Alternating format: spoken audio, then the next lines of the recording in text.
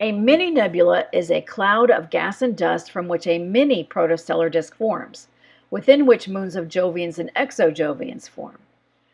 Let's take a look at a nebula first, forming a protostellar disk before moving to a mini-nebula and the formation of a mini protostellar disk.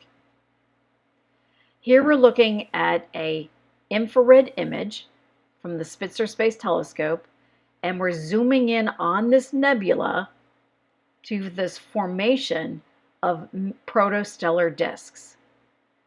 Let's expand this out and take a look at ground-based images from Kitt Peak Observatory.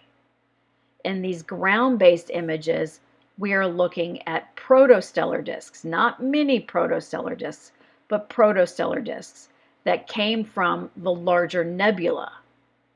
Let's zoom in on these protostellar disks.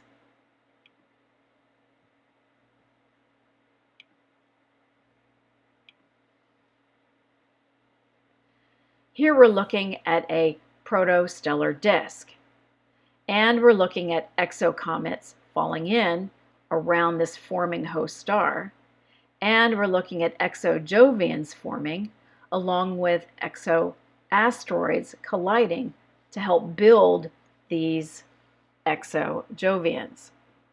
Now, where exactly is this mini nebula?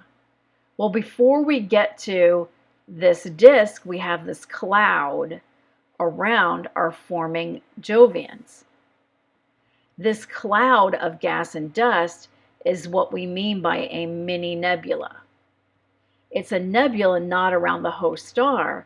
It is a nebula around the exoplanets, which become the host exoplanets from which moons are going to form from. Now, this mini nebula collapses down into a disk.